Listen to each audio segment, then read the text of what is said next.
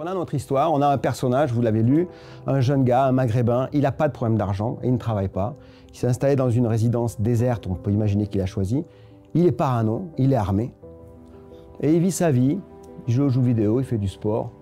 Une fois par semaine, il va avoir une pute de luxe, il va boire son café au village. Il se fait chier, il est dans une espèce de cage dorée.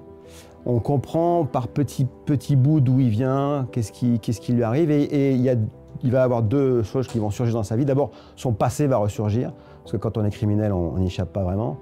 Et ensuite, il a un voisin un peu envahissant, un peu affable comme ça, qui va lui proposer, il va pas le dire comme ça, mais au fond, il va lui proposer de baisser un peu la garde et de s'ouvrir au monde. Ce gars qui tourne un peu en rond et pour qui tout est hostile. Dans le cas de Cahiers Malaga, moi, mon moteur, c'était un décor, une envie de décor. Et ce décor, c'est des stations balnéaires hors saison.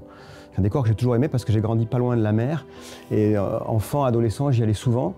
Et j'adore ce genre d'atmosphère de ville fantôme parce que c'est un théâtre un peu abstrait, à la limite de l'abstraction. Cahiers Malaga est aussi un livre militant d'une certaine manière, esthétiquement, parce que on n'est pas obligé de le lire vite.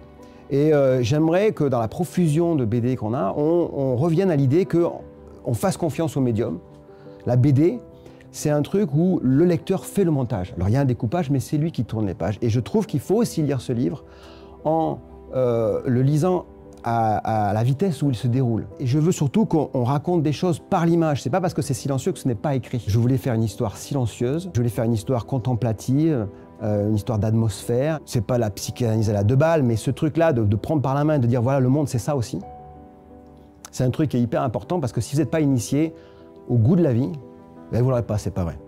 Ça s'apprend de goûter, de regarder, d'embrasser ce truc extraordinaire qu'est la vie. Mais en fait, ça parle de la condition humaine qui est la nôtre. On est tous des Saïd. Et qu'est-ce qu'on fait? C'est la question. Qu'est-ce qu'on fait une fois que les besoins essentiels sont assurés? Qu'est-ce qu'on fait de notre vie? Qu'est-ce qui est important?